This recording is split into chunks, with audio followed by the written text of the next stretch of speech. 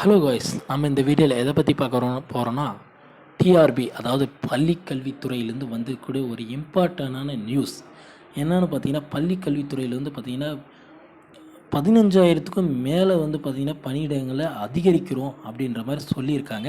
ஏன்னா ஒவ்வொரு பாடத்திட்டத்துக்கும் ஒவ்வொரு ஆசிரியர்களை நியமிக்க போகிறோம் அப்படின்ற மாதிரி அமைச்சர் அன்பில் மகேஷ் சொல்லியிருக்காரு.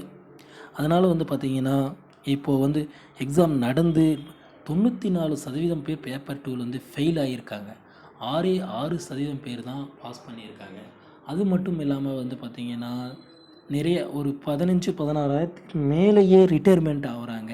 கல்வியாண்டும் முடிய போகுது. 2022-23 கல்வியாண்டு முடிய போகுது. இந்த டைமில் புதியதாக ஆசிரியர்களை நியமிக்கணும். பட் ஆனால் என்ன நடந்திருக்குதுன்னா, டிஆர்பியிலேருந்து அவுட் ஆஃப் சிலபஸ் நிறைய கேட்டு நிறைய ஆசிரியர்கள் வந்து வருங்கால ஆசிரியர்கள் வந்து ஃபெயில் ஆகியிருக்காங்க. பட் இதுக்கெல்லாம் வந்து பார்த்திங்கன்னா போனஸ் மதிப்பெண் கொடுத்தா 10 மதிப்பெண்கள் கொடுத்தா போதும் உள்ளே வந்துடலாம் அப்படின்ற மாதிரி நிறைய தேர்வுகள் வருங்கால ஆசிரியர்கள் வந்து சொல்லிகிட்டு இருக்காங்க. அந்த மாதிரியே ஏதாவது நடந்தால் கண்டிப்பாக ஒரு 50 to 60% வருங்கால ஆசிரியர்கள் வந்து பார்த்திங்கன்னா பாஸ் பண்ணுறதுக்கான ஒரு அறிகுறி இருக்குது. இது மட்டும் இல்லாமல் வந்து பார்த்திங்கன்னா தகுதி தேர்வு, அதாவது நியமன தேர்வு, தகுதி தேர்வு முடிஞ்சு நியமன தேர்வு வரைக்கும் வந்துட்டாங்க.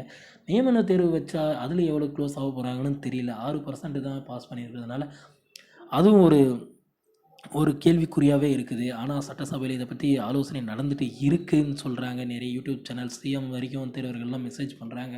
நிறையா பேர் கேட்டிருக்காங்க, சார் நாங்கள் இவங்களுக்கு ஒரு ஹெல்ப்ஃபுல் பண்ணுங்கள், நம்ம டிஎம்கே ஆட்சியில் வந்து பார்த்திங்கன்னா நம்ம மென்மேலும் உயரத்துக்கு ஏதாவது ஒரு வழி சொல்லுங்கள் அப்படின்ற மாதிரி சொல்லியிருக்கேன். ஏன்னா அவங்க சைடுலேருந்து என்ன சொல்லியிருக்காங்கன்னா, இந்த வருடம் நிறைய ஆசிரியர் பணியை விட்டு உருவாக்க போகிறோம். அதிக அளவில் ஒவ்வொரு பாடத்திட்டத்துக்கும் வந்து பார்த்திங்கன்னா ஒவ்வொரு ஆசிரியர்கள் நியமிக்க போகிறோம் அப்படின்றதுனால 15 சில்லரை வந்து கொடுத்துருக்காங்க. இன்னும் அதிகரிக்கிறோம் அப்படின்றத சொல்லியிருக்காங்க. வேலைவாய்ப்பை குறைக்கணுன்ற மாதிரி ஆட்சி வரத்துக்கு முன்னாடியே தலைவர் ஸ்டாலின் சொல்லியிருக்காரு. அதனால் வந்து பார்த்திங்கன்னா கண்டிப்பாக வேக்கண்ட் வந்து இன்க்ரீஸ் ஆகிட்டு இருக்குது. ஆனால் அதாவது நம்மளுடைய தேர்ச்சி சதவீதம் கம்மியாக இருக்கிறதுனால போனஸ் மதிப்பெண் கொடுக்கணும். போனஸ் மதிப்பெண் வந்து கொடுத்தாங்கன்னா 70 மார்க் எடுத்துருக்கிறவங்க கூட வந்து பார்த்திங்கன்னா ஒரு 10-12 மார்க் கொடுத்தாங்கன்னா 82 ஜஸ்ட்டு 82 கிராஸ் ஆனாலும் ஒரு வாய்ப்பு இருக்குது. அதனால் வந்து பார்த்திங்கன்னா ஒரு கண்ட்ரோலாகவே தேர்வர்கள்லாம் அடிக்கடி சிஎம்க்கு மெசேஜ் பண்ணுறாங்க. பள்ளிக்கல்வித்துறையிலேருந்து ஏதாவது ஒரு நல்ல அப்டேட் வருமா அப்படின்ற மாதிரி வெயிட் பண்ணுறாங்க அப்படின்ற மாதிரி நியூஸ் பரவிட்டே இருக்குது. அது இல்லாமல் நியமன தேர்வு வரை இருக்குதுன்னா நியமன தேர்வு ரத்து பண்ணுங்க அப்படின்ற மாதிரி கோரிக்கைகள்லாம் கட்டாயமாக இருக்குது. நிறைய தேர்வுகள் சொல்லிகிட்டு இருக்காங்க அப்படின்ற மாதிரிலாம் நியூஸ் வந்துகிட்டே இருக்குது. ஒரு நல்ல அப்டேட் வரும் அப்படின்னு நினச்சிட்டு இருக்கோம். அது வந்தால் நல்ல ஒரு அப்டேட் வந்தது அப்படின்னா எல்லாருக்குமே நல்லது தான்.